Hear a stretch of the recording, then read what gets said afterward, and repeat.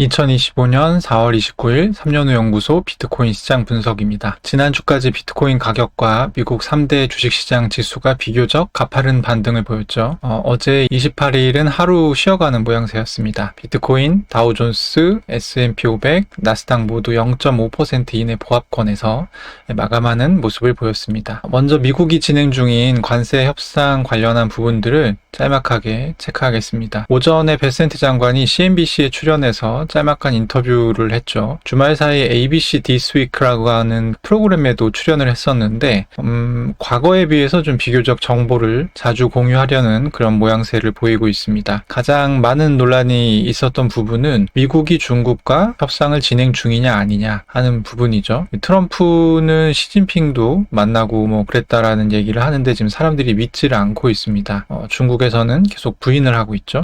베센트는 이번 인터뷰에서 일단 자신이 지난주에 워싱턴에서 중국 재무당국자와 직접 만났다라고 이제 명확하게 확인을 했습니다. 뿐만 아니라 정부의 모든 부서가 현재 중국과 접촉 중이라고 했죠. 또 중국뿐 아니라 많은 국가들이 매우 좋은 제안을 제시 중이라면서 미국은 15에서 18개 국가와 맞춤형 무역 협상을 하고 있으며 첫 번째 합의는 이번 주나 다음 주 정도에 이루어질 것이다 라는 얘기를 했습니다. 일단 말을 하는 것을 보면 당분간 미국의 관세 협상이 급 타결돼서 비트코인이나 아니면 미국 주식 가격이 급등하는 시기에 호재는 없지 않을까 하는 생각이 듭니다. 어쨌든 이번 주나 다음 주라는 것은 거의 3주 연속으로 지금 이렇게 얘기가 되고 있는 거기 때문에 협상이 진행 중이긴 하지만 그리고 그것이 순조롭지만 어쨌든 가시적으로 뭔가 나온 것은 없다. 이 정도로 이해하면 될 듯합니다. 개인적으로 흥미로웠던 부분은 중국과의 협상 진행 속도와 관련한 부분이었는데요. 베센트 장관이 23일 공개 연설에서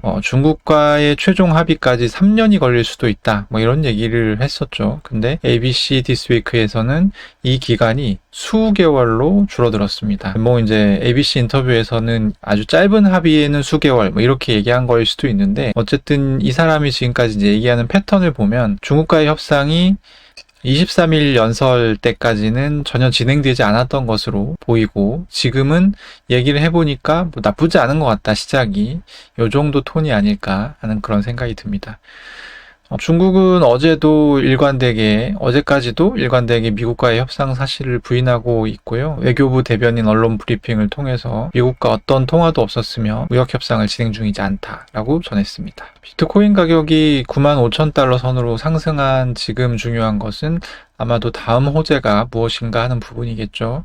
앞서 설명드린 것처럼 미국의 관세 협상이 단기간 내에 성과가 나지 않는다면 시장은 자연스럽게 매크로 지표들을 챙겨보기 시작할 겁니다. 특히 4월을 이렇게 관세로 우당탕탕 보내면서 연준의 금리 인하 스케줄이 가시권에 들어오기 시작했죠. 시카고 상업거래소의 패드워치 자료에 따르면 시장은 연준이 올해 6월과 7월 연속해서 금리 인하를 할 것으로 기대하고 있습니다. 금리 인하를 거론하는 연준 관계자들이 증가하고 있다는 것도 주목할 만한 점입니다. SM의 클리블랜드 연은 총재는 지난주 25일 6월까지 명확하고 설득력 있는 데이터가 나온다면 연준이 움직일 거라고 생각한다. 라는 발언을 해서 화제를 모았죠. 요즘 경기 침체의 가능성을 시사하면서 연준이 선제적 금리 인하에 나서야 된다라고 주장하는 월가 목소리가 커지고 있는데 여기서 베스엠액 총재가 얘기한 데이터란 실제 미국이 경기 침체 가능성이 있는지 또 물가는 충분히 낮은지 등의 어떤 실증적인 데이터를 말하는 것이겠죠. 아무튼 지금까지 금리 인하 가능성을 언급한 것은 크리스토퍼 월러 연준 이사 한 명뿐이었는데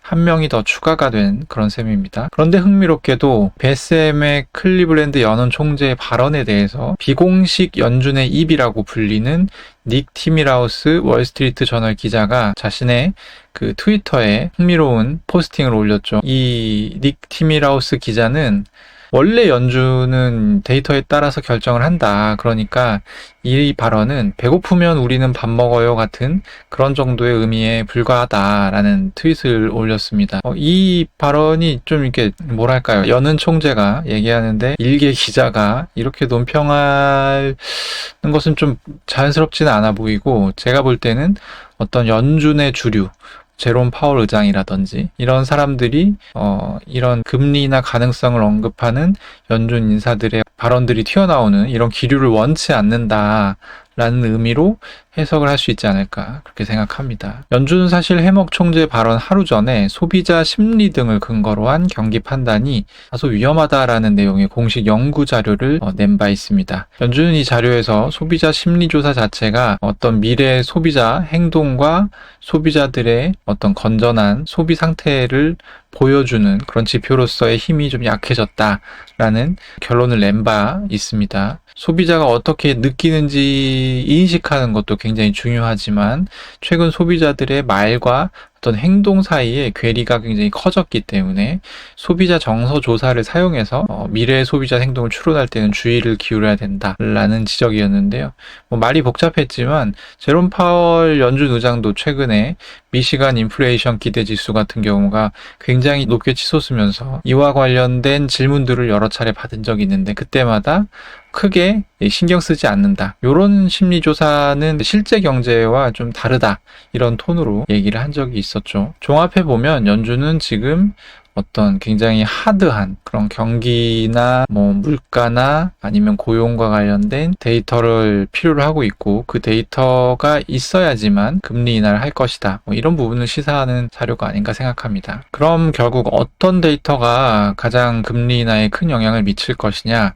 이에 대한 해답은 4월 중순에 크리스토퍼 월러 연준 이사가 힌트를 준 적이 있습니다. 월러 이사는 지금의 상황이 연준이 물가 안정이라는 책무와 고용 안정이라는 책무를 둘 다 만족시키기가 어려운 그런 굉장히 어려운 상황이라는 것을 전제하면서 고용 시장에서 상당한 하락을 본다면 우리는 물가와 관련 없이 개입해야 할 것이라는 얘기를 한 적이 있죠.